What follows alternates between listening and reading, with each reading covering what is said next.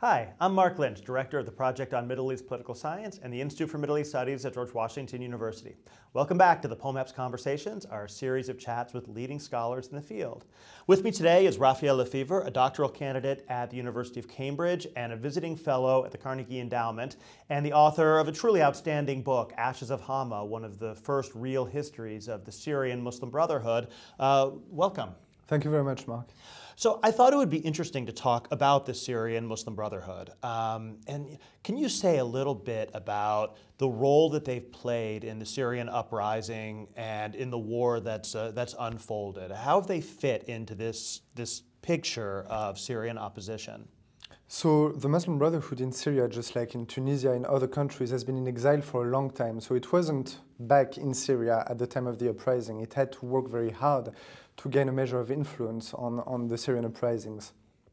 It did so through different ways. First, it took a leading role in the Syrian opposition, first the Syrian National Council, and then the National Coalition.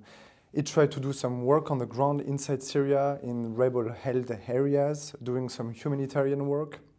It started a series of militias as well, trying to gain influence on the Syrian rebel scene, but that was, unfortunately for them, very unsuccessful because at that point in time, a year and a half, 2 years ago, the extremists in Syria were on the rise and they posed a serious challenge to the Syrian Muslim Brotherhood. Well, how did they get such a role in the exiled opposition if they didn't have a presence on the ground?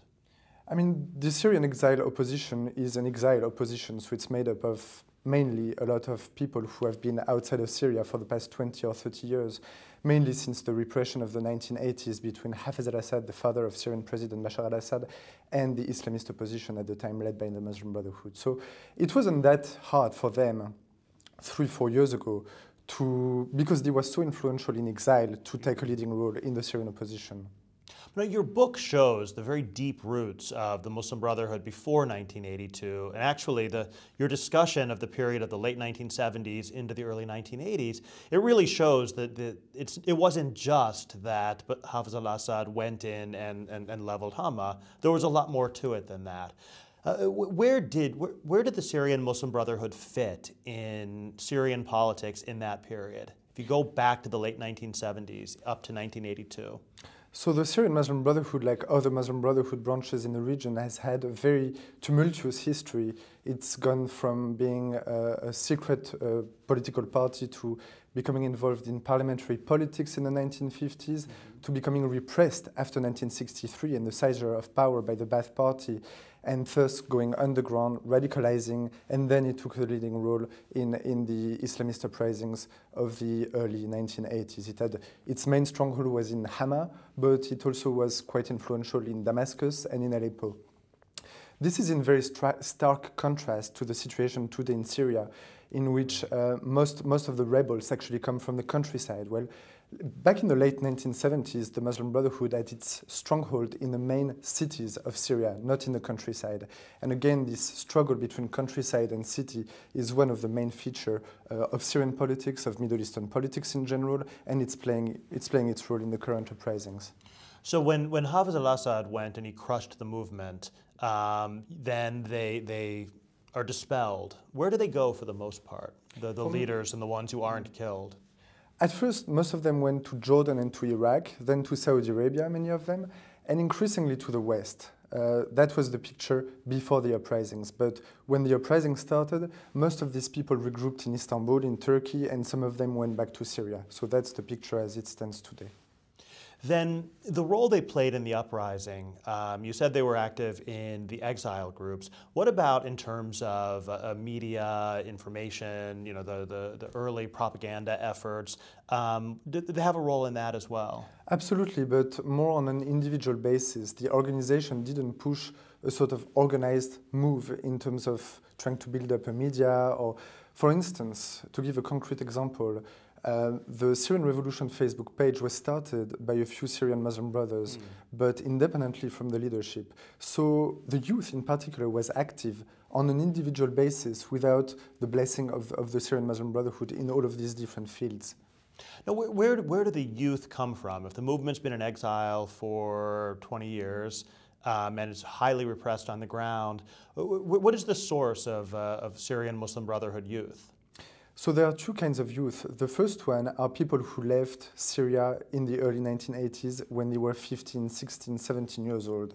Very often they had parents who were Syrian Muslim brothers. The second generation was actually born in exile from very often Syrian Muslim brothers.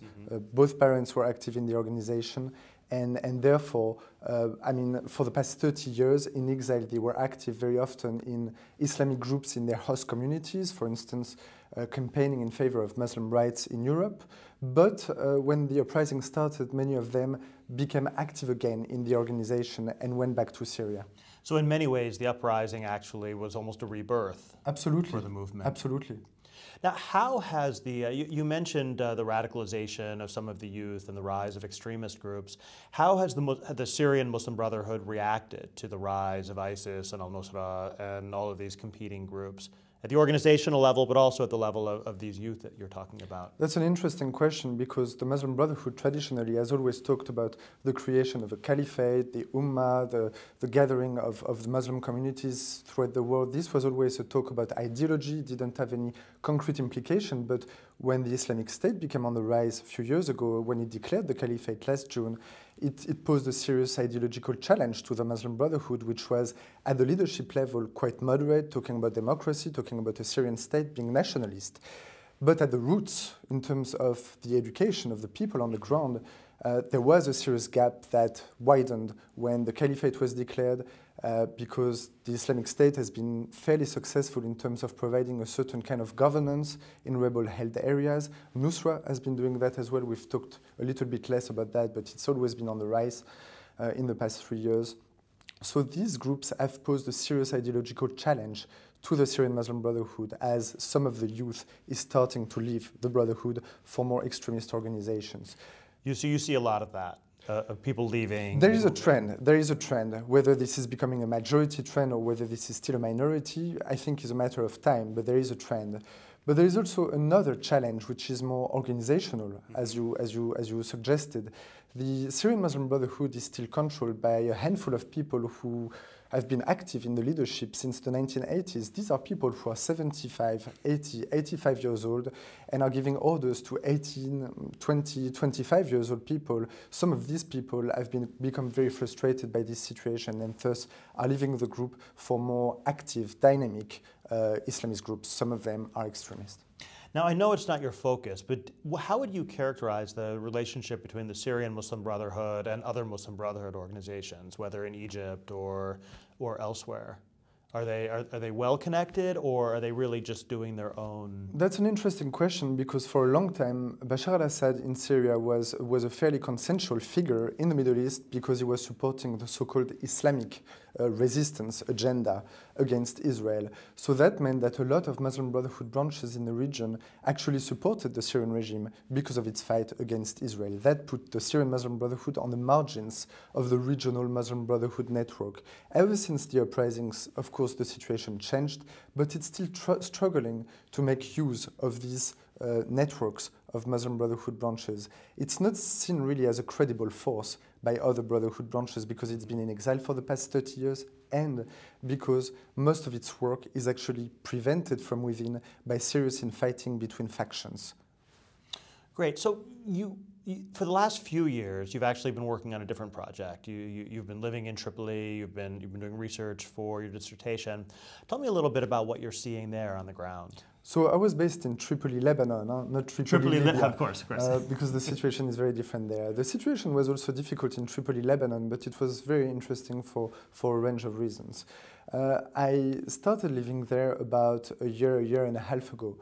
When I first came there, the situation was the following. The Syrian opposition was on the rise. The moderates were still pretty influential.